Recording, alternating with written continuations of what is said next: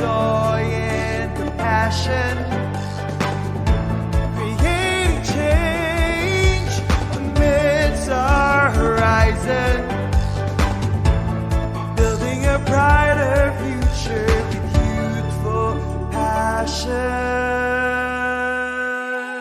So let us sing and dance for the Lord, spreading His words through this melody, uniting His nation, one in faith, hope, and charity.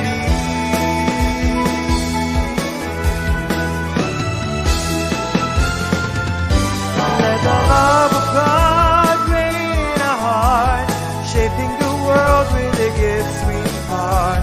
Beloved, gifted, empowered through Jesus, we are one in mission. The Lord is with us. We are one.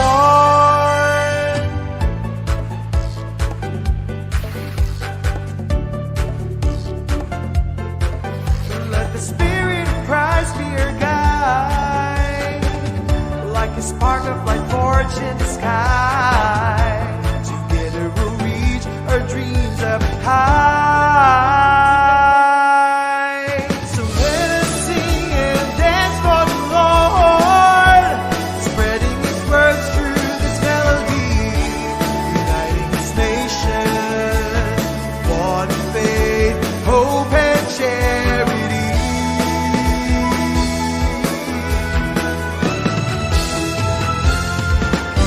Let the love of God reign in our hearts, shaping the world with the gifts we impart.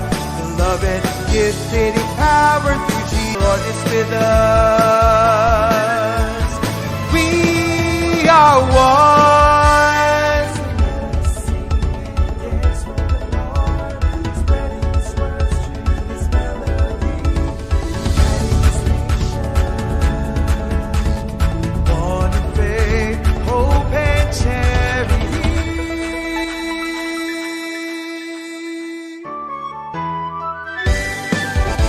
Let the love of God reign in our hearts, shaping the world with the gifts we impart.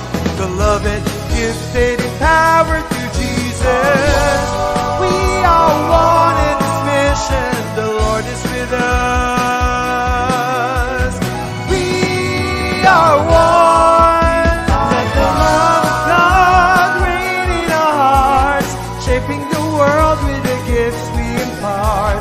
Beloved, gifted, empowered through Jesus, we are one in mission. The Lord is with us.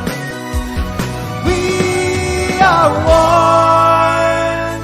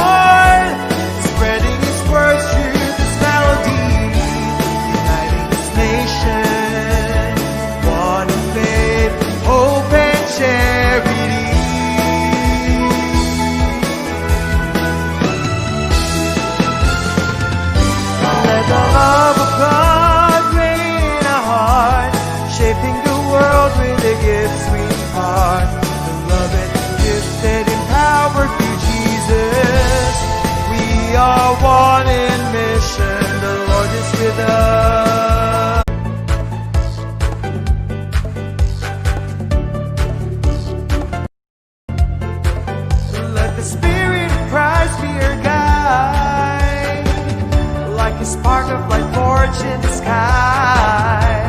Together we'll reach our dreams up high.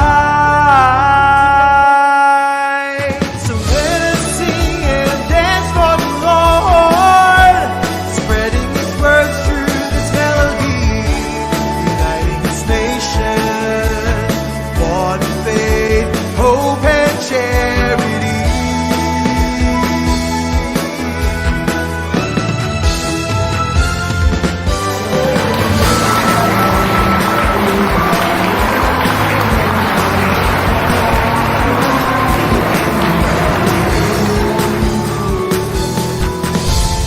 We are one in mission, the Lord is with us. We are one. Dance for the Lord, spreading His words through this melody, uniting this nation, one in faith, hope, and charity.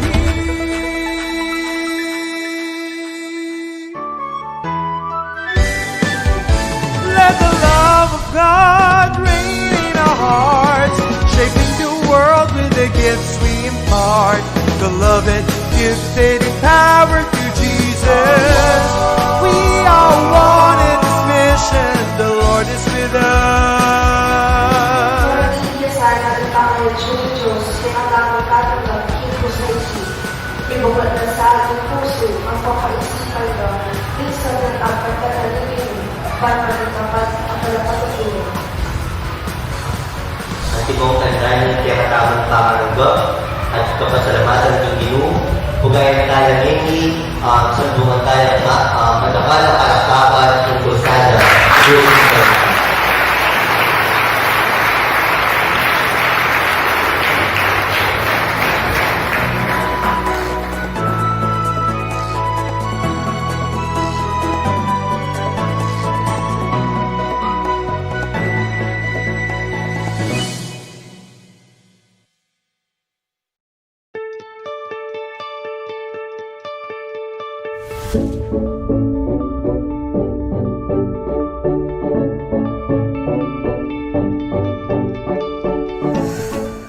Sa ngalan po ng Archdiocese of San Fernando, ako po'y nakikisa sa ating celebration ng National Migrant Sunday at nakikisa rin ako sa mga nagdarasal, dumadalangin upang ito'y biyayaan ng Diyos. Sa pamamagitan ng pagdiriwang na ito ay lalong lumalim ang ating pagmahalan, lalong-lalo na sa pamilya ng mga migrante.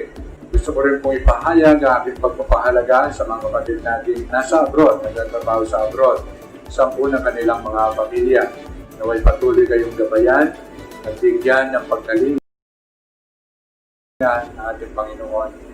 Yung ating pong panahon ngayon ng pandemya, alam ko po na marami yung mga naapektuhan sa mga kapatid nating nagtatrabaho abroad. Ako po'y kaysa ninyo na dumadalangin sa Panginoon. Nawa sa pamagitan ng tulong ng Banal na Espiritu at yung mga kapwa natin mananampalataya kung saan man kayo gabay at pagmamahal ng Diyos sa atin.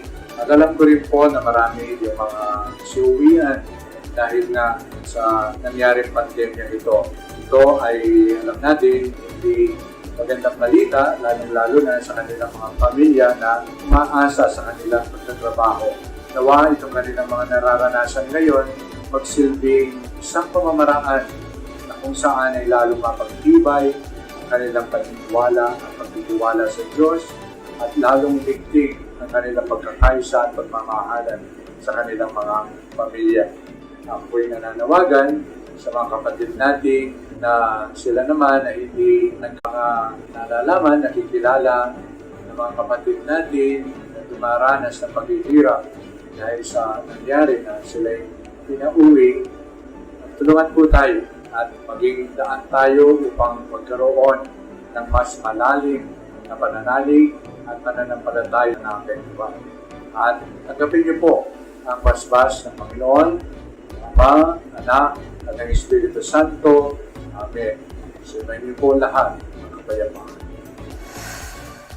Aking minamahal na mga kapatid sa ating pananampalataya, pinagdiriwang natin ang Migration Sunday upang ipaalala sa atin ang ating mga kapatid na OFWs ng kanilang mga pangangailangan na lumipat sa ibang bansa para magkaroon ng mabuting hanap buhay.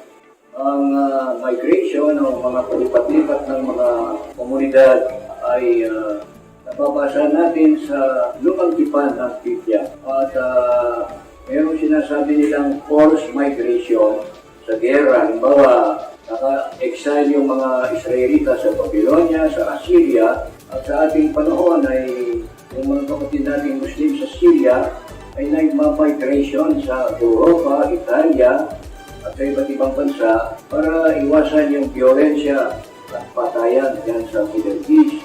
Yung panahon natin, ating Panginoon na siya pa ay isang sanggol, nag-migrate din ng Sagrada Pamilya. No? Iwasan yung dekreto ni Herodes na patayin yung silang-silang na sanggol, kaya para maligtas ni San Jose, ninyo Jesus, sila ay nag-migrate sa Egypt. Oo, so tingnan ninyo itong fenomeno ng migration ay walang ito at yun sa ating modernong panahon. Mayroong positibo at hindi magandang epekto yung migration. Kung may positibong kontribusyon sa pamilya, kung mayroong ang anak buhay, nagpo-contribute din sa buong mundo ang mga Pilipino OFWs sa ekonomiya ng mundo. Pero pangalawa, may social cost. Sisira yung pamilya. Mawawala yung tatay, nanay, walang disiplina ng mga bata, hindi maganda ang kanilang